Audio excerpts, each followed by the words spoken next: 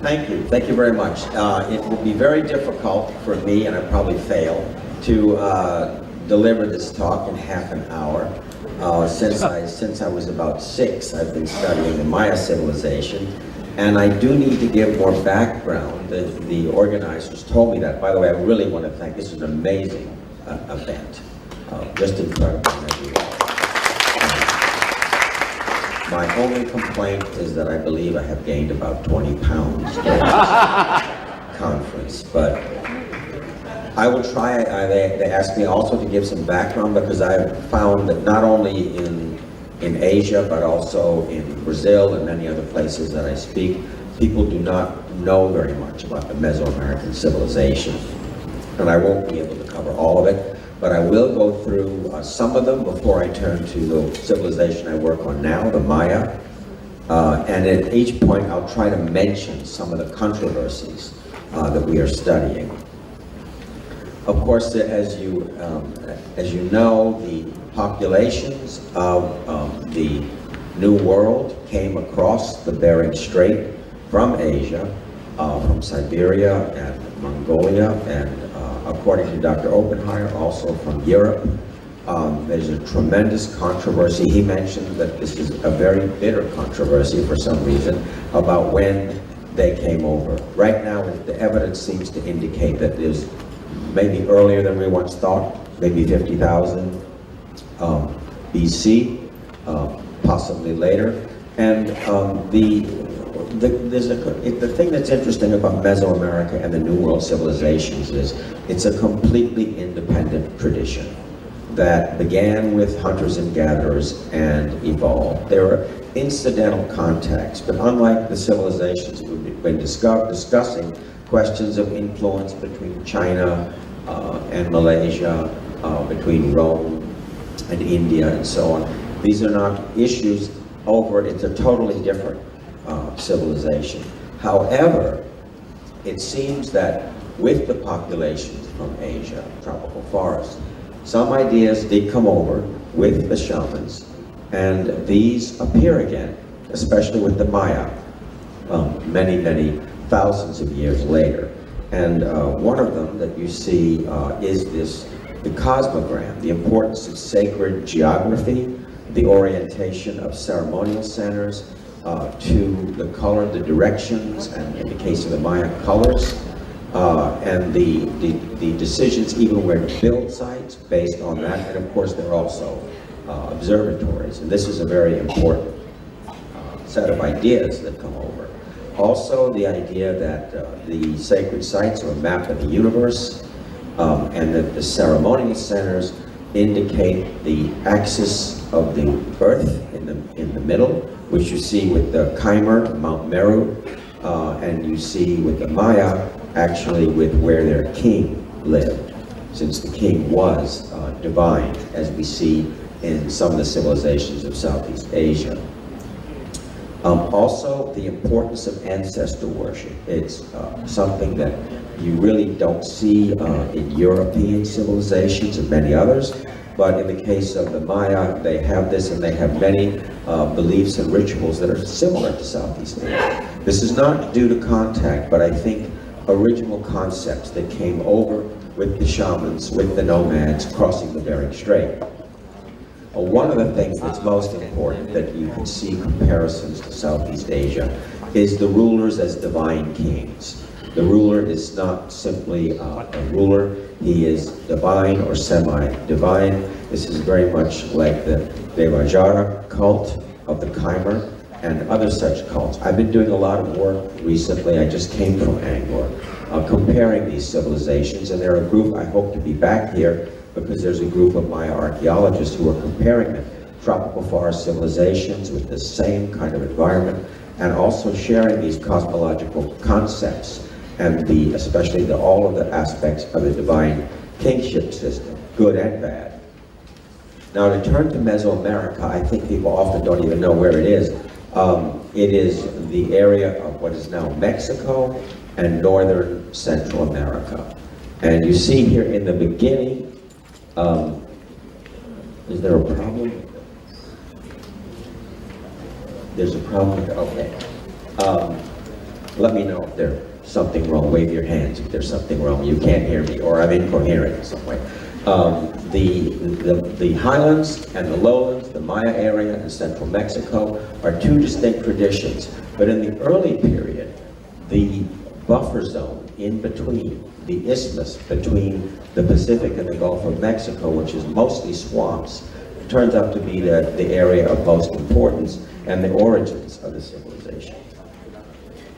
That is the Isthmian zone, where we first see what you could call Neolithic societies in the swamps.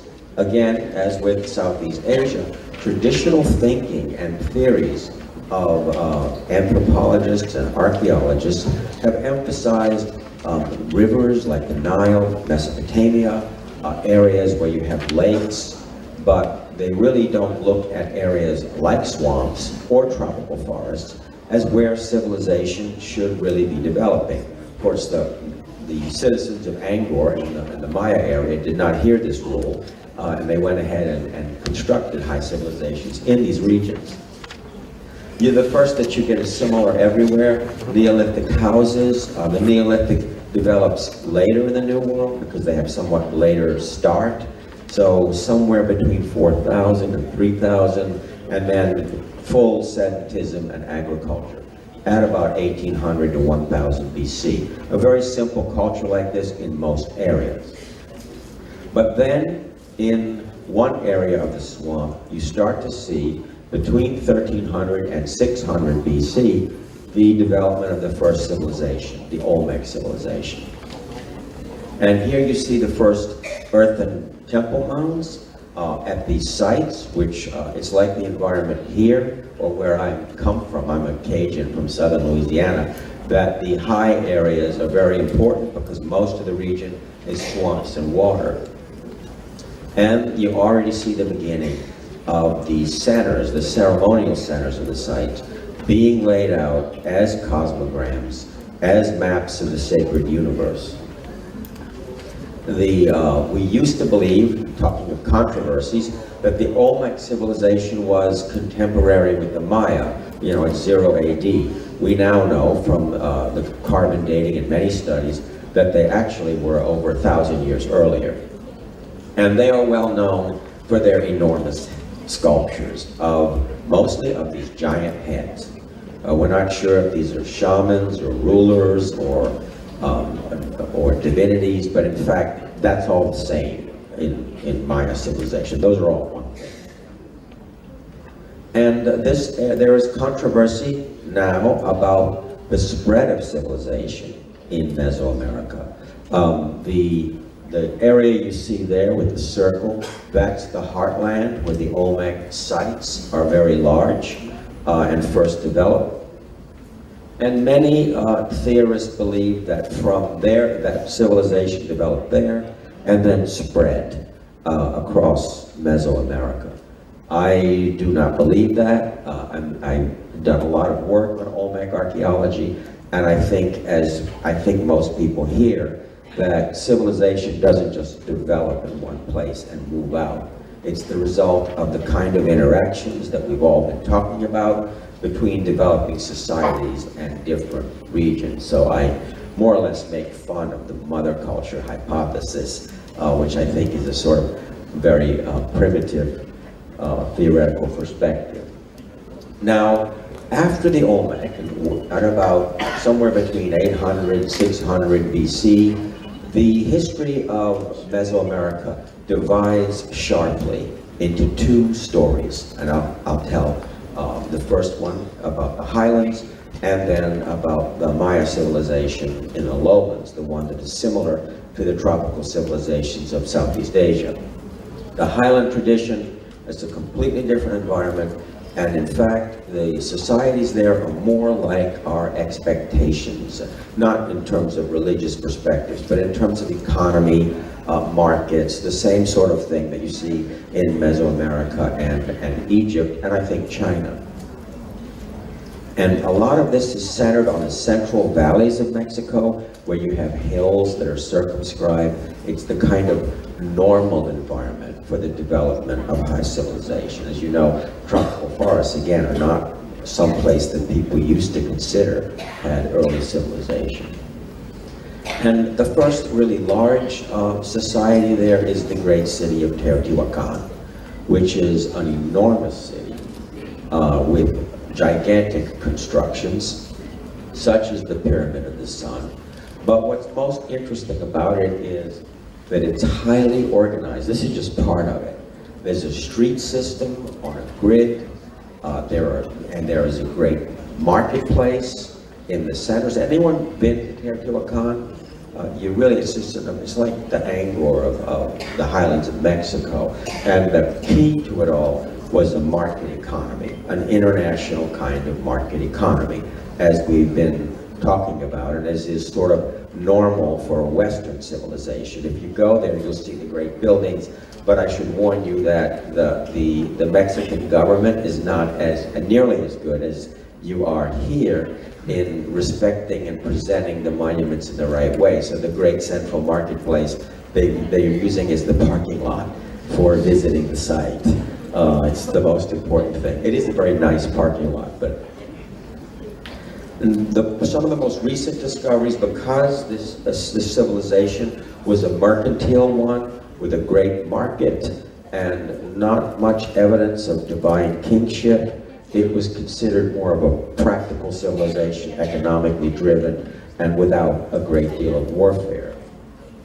However, the excavations of my friend, the Japanese team, Saburo Sugiyama, who has made discoveries in the last 5 years, excavating in this other pyramid, the Temple of the Moon, has found that in it there are dedicatory burials that involve lots of treasures, but also sacrificed Maya lords. And in the Temple of Quetzalcoatl, another temple, there are hundreds of warriors buried. And they are buried with all of their jewelry, and their jewelry, a lot of it consists of human skulls, teeth, and mandibles, probably of captured warriors that they would wear. So obviously, we've had a big change. Militarism was very important. But as in the West, and as later with the Aztecs, the militarism was economically driven. They conquered places that were rich so they could get resources and spread out that way and set up an economic system, which is not the kind of warfare that you see in the Maya area. Some, but not initially. After the fall of Teotihuacan, the next civilization is the Toltecs, very much even more militaristic, with cults of human sacrifice and so on. But I can't tell you very much about it because it is very poorly understood and very poorly excavated, I must say. There is this problem in Mexican archaeology that they are very focused on the tourism, so they tend to restore the sites before they've even been properly excavated, so we don't know too much about it. And then the next great civilization that you've probably heard of in the Valley of Mexico was the Aztecs. And the Aztec civilization created, again, huge cities, really huge, probably 1 million people living in the Valley of Mexico. In the case of the Aztecs, their great capital, Tenochtitlan, in addition to having a market, was an island, and it was a created island. Every one of the fields was built up by mud, and it created a very effective, you have water always running through the system, a very effective agricultural production, and very highly organized. And if you go to Mexico City, you can see the excavations they have there, enormous sculptures of their patron deities. I don't know if you can, no, you can't quite see a person in this, but it would be a tiny speck. It's about the size of this part of the room, their patron deities. I must say, as a Mayanist now, I find their sculpture very ugly, but that's just a personal opinion. The expansion of the Aztec Empire was highly militaristic, driven to a certain extent by cults of human sacrifice, which is very common in Mesoamerica. The warriors were a dominant force.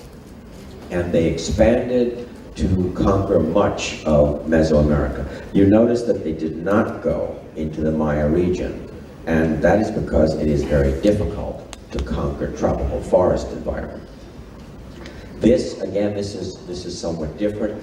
Their goals were primarily economic, but it was also critical. There's no separation ever in Mesoamerica between religion, economy, and in the case of the Maya, and religion, economy, and politics. Heart sacrifice, sacrifice of hundreds of thousands of war captives, to sacrificing, heart sacrifice to the war deities was so important that it was a major factor in warfare. They had to go and capture thousands, tens of thousands of warriors every year.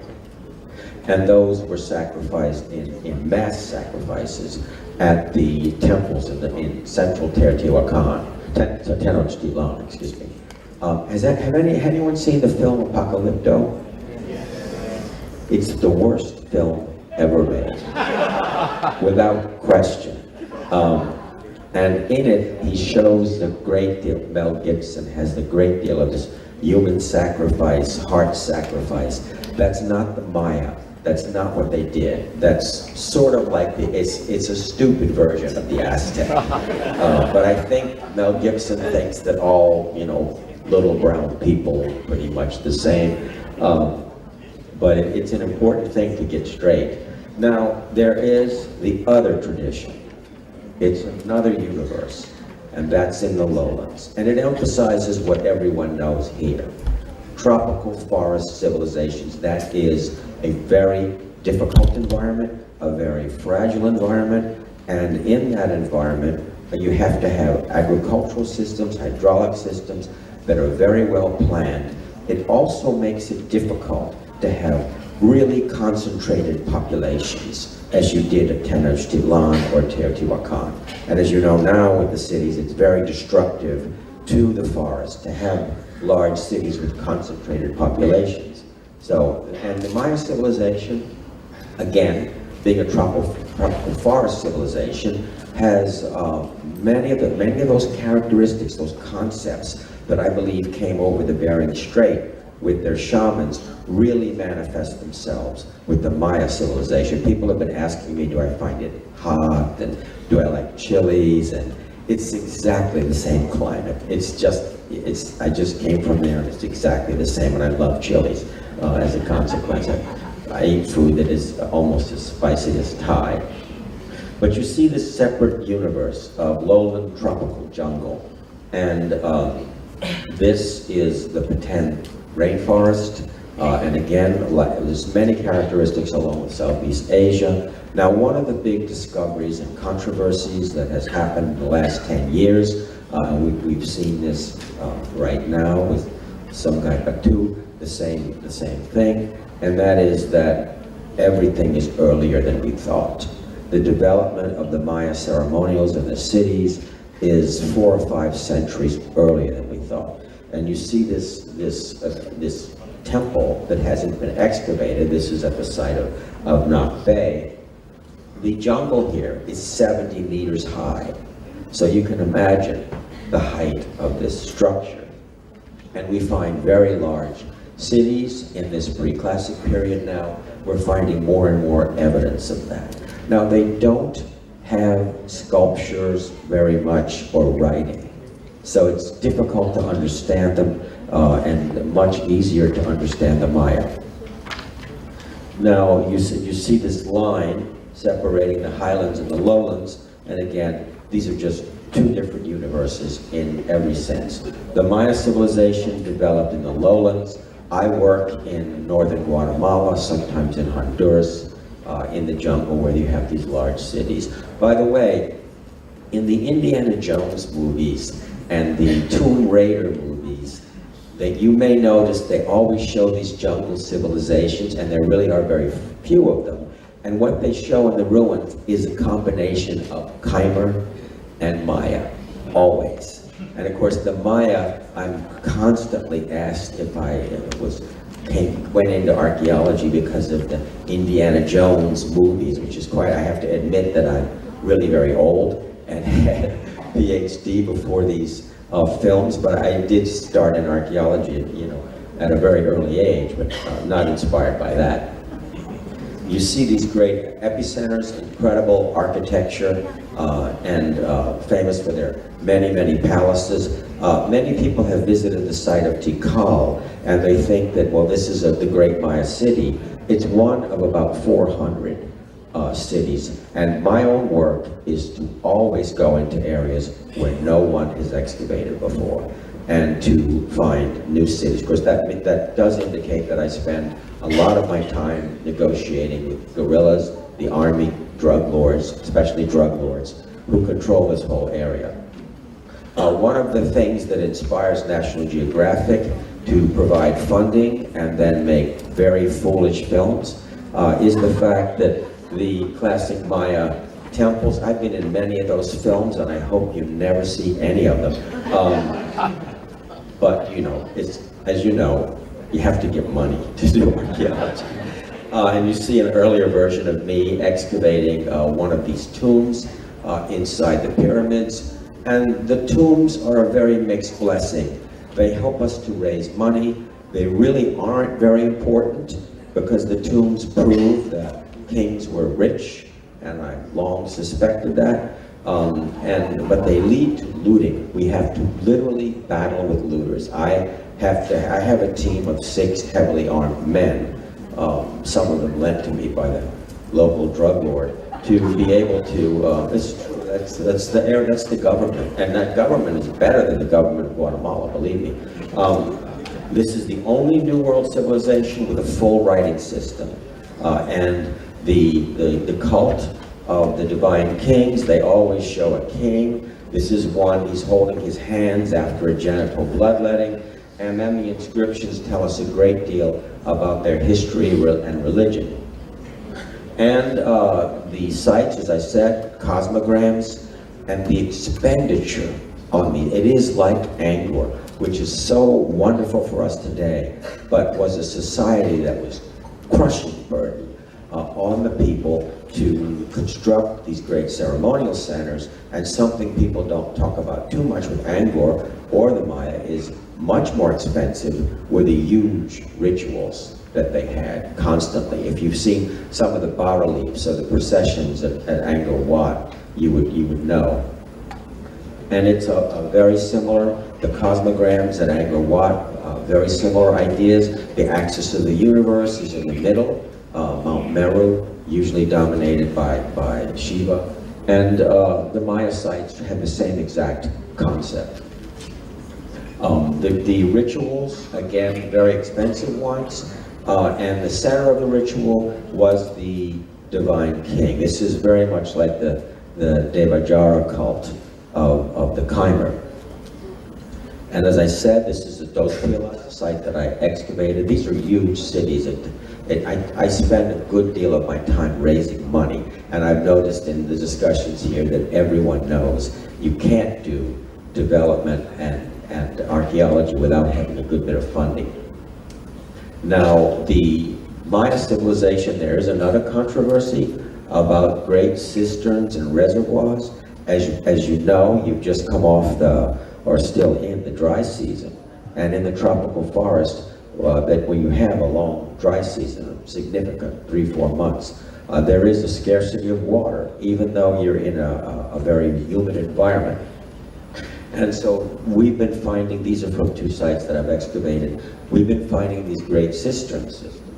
And the controversy is how important were those to the civilization, and how much was the state involved? This is the same controversy they have for the Khmer, with their water systems and their berets. And the question of whether or not that was simply supporting the main ceremonial areas or was important to the whole civilization.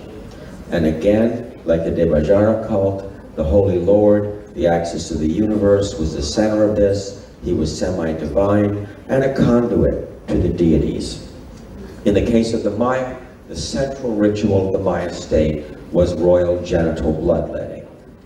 They lacerated the rulers their own genitals and passed their hands under their loincloth and bled into bowls, and then they burn the paper in those bowls to have smoke and to have visions. This is the high mass. This is the big ritual of the Maya civilization. So being a king was not, entirely fun.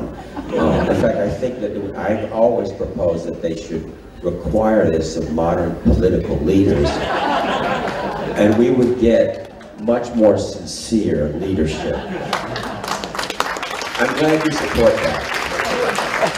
Given the way the American elections are going, I think it's a really important concept.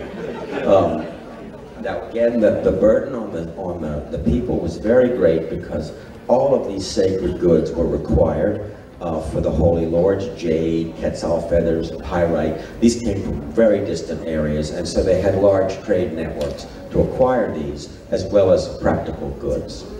Now the site of Conquén, where I'm excavating a series of sites in this kingdom, it really has a great deal of similarity with your site here, in that it's a port center, it's a trade and exchange center, it has 6 ports, you have 12, and the power is based on this economy. One of the things that surprises me here is the great spectacular apogee of this civilization was only about a century, because then they were war over these resources, war over getting the precious items that they had, because they had the largest jade workshop in the New World and a great production of obsidian, volcanic glass, which is sort of the iron of the New World.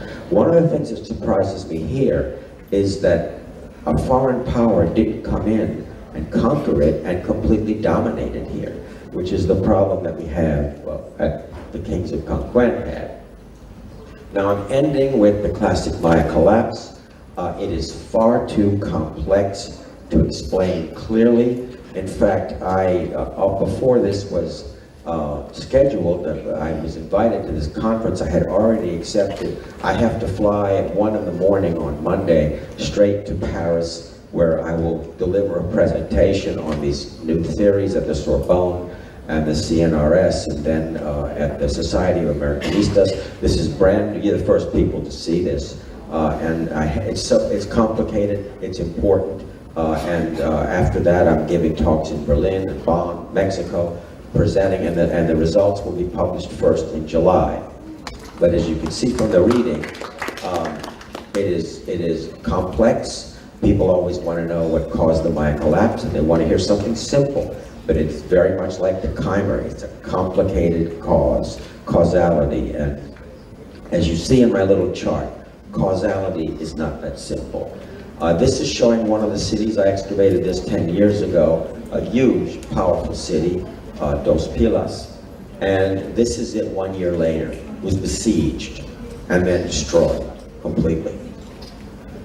And Maya warfare, status rivalry between the rulers, and especially also with neighboring kingdoms, but especially between these sacred lords. So the goods, the processions, the architecture, and the wars created a huge burden on the society that was energetically difficult to maintain in a tropical rainforest. Very much like the chimer. If you've seen the bas-reliefs, I'm sure you have, in Angkor. In Angkor, all the French tourists go marching in and they go up to the top, and there's a big line. Most of the time you can walk around and see the bas-reliefs, and there aren't very many people. I just came from there. This is a good time to visit Angkor because it was 44 degrees, so they very few tourists.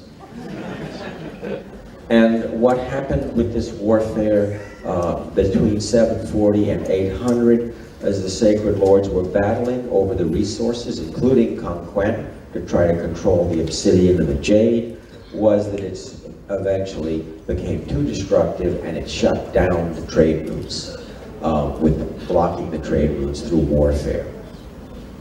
So that's one of the causes that people propose for the collapse, is warfare. Now I've been working with climatologists, trying to straighten out their simplistic theories and explain how complex human behavior is.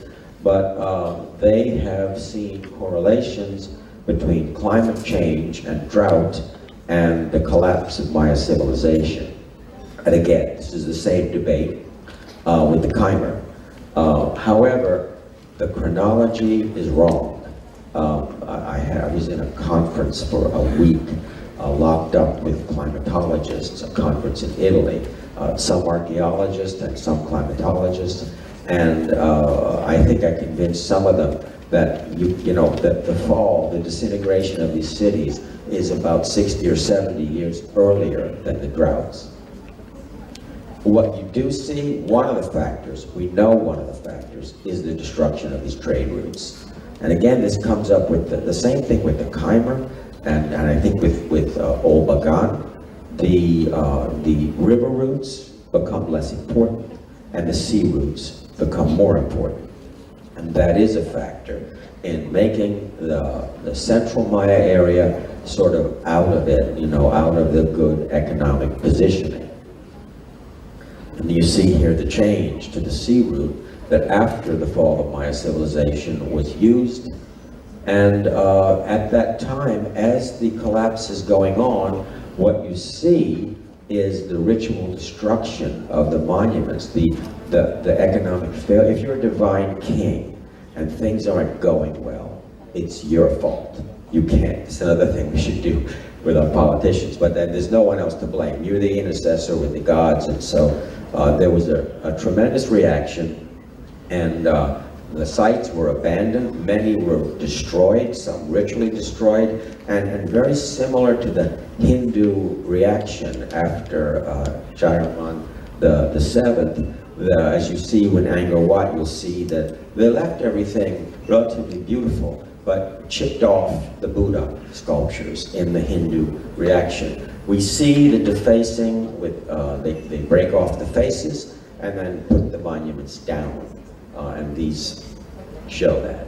Now, the role of drought is that it helped to prevent recovery. I teach collapse of civilizations. I teach 18 collapses of civilizations. And most of the time, there's a recovery within 50 years, 60 years. It's not the same kind of culture, but there's a recovery. In the southern Mayan lowlands, there's never a recovery. An area that had millions of people and many cities, and now it is mostly jungle and is just gradually being resettled. And this is a pretty heavy collapse. Most of them are not like that. The Khmer's not even like that. It's sort of like the Indus, perhaps, and a few others.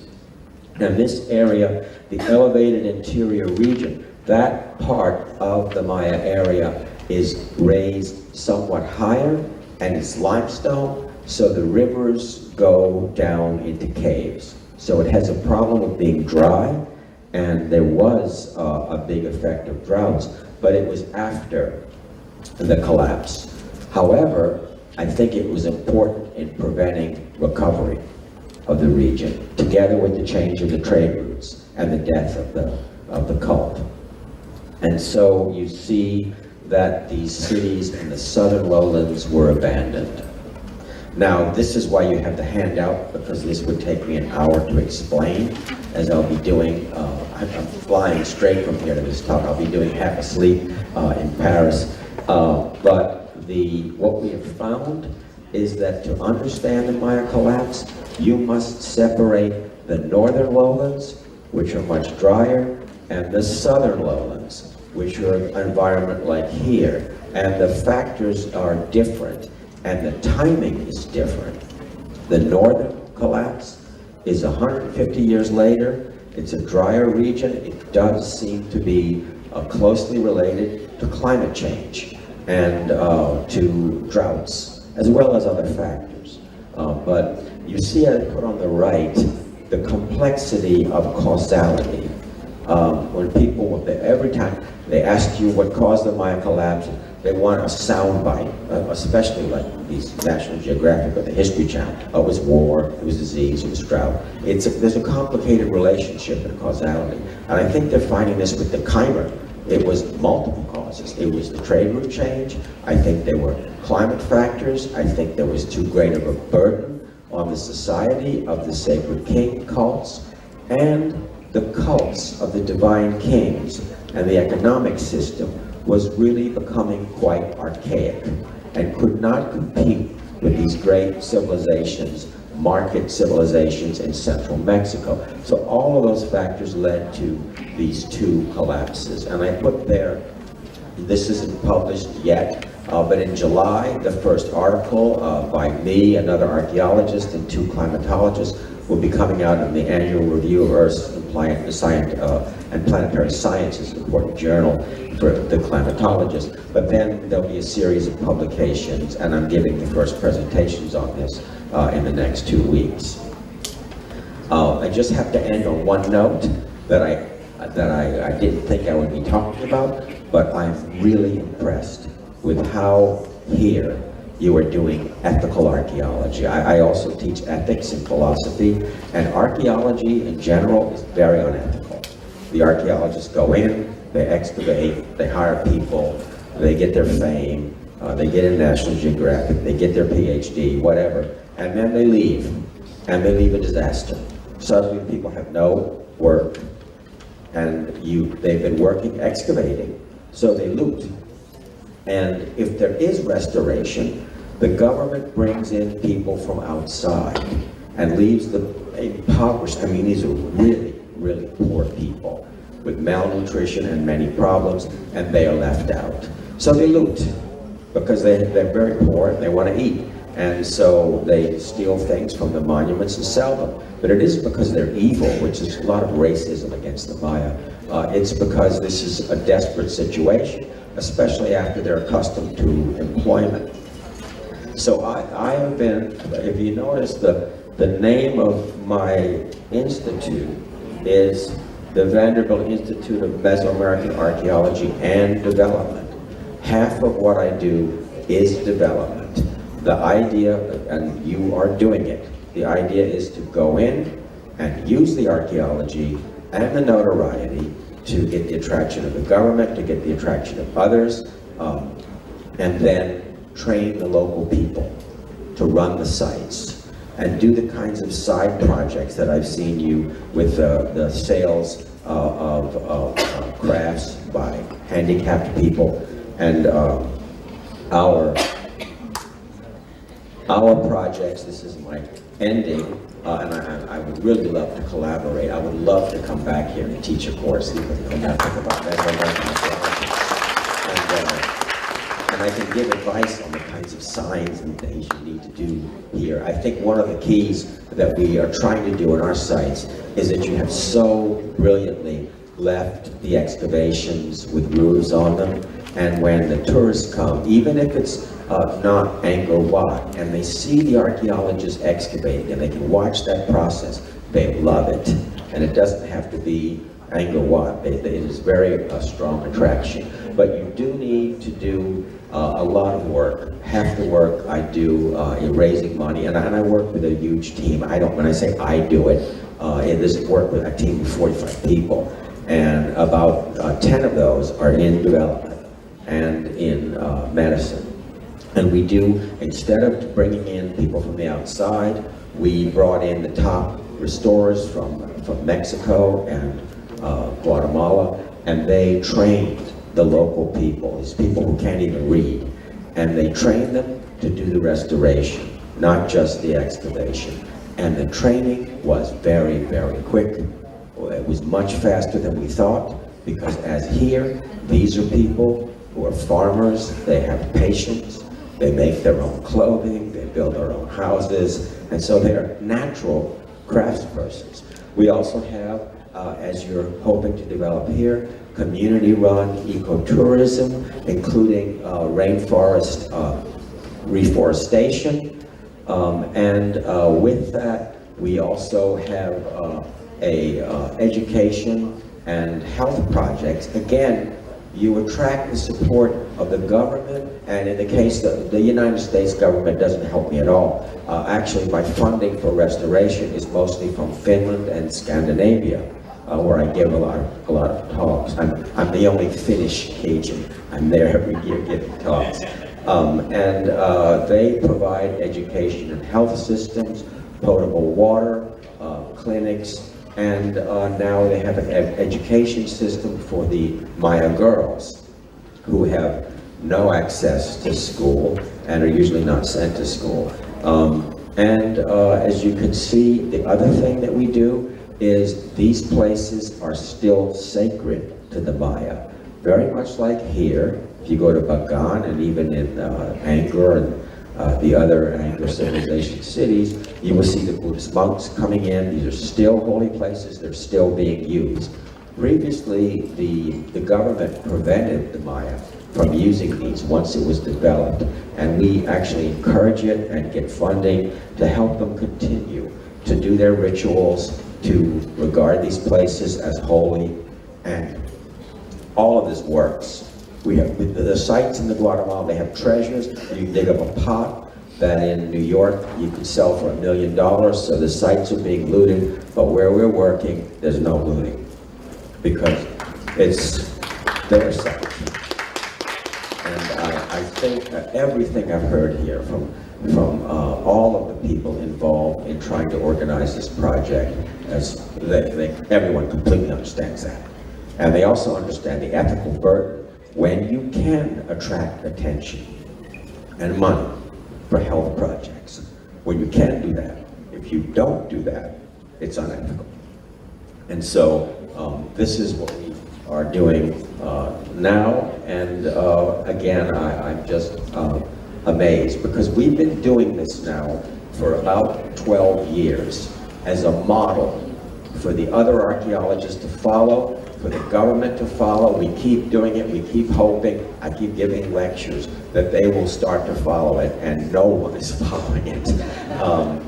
I've given lectures for projects like this in Brazil, and they're doing it in Brazil, but in the Maya area and in Guatemala, they're just not. It's not just the government. The archaeologists themselves, who in American universities are very liberal and they want to fight for the people, but when you tell them they have to spend half their time doing development, they don't do it. So I'm so pleased to see this here, and I think I will send over many of my colleague Maya archaeologists to see how it's done in an ethical country.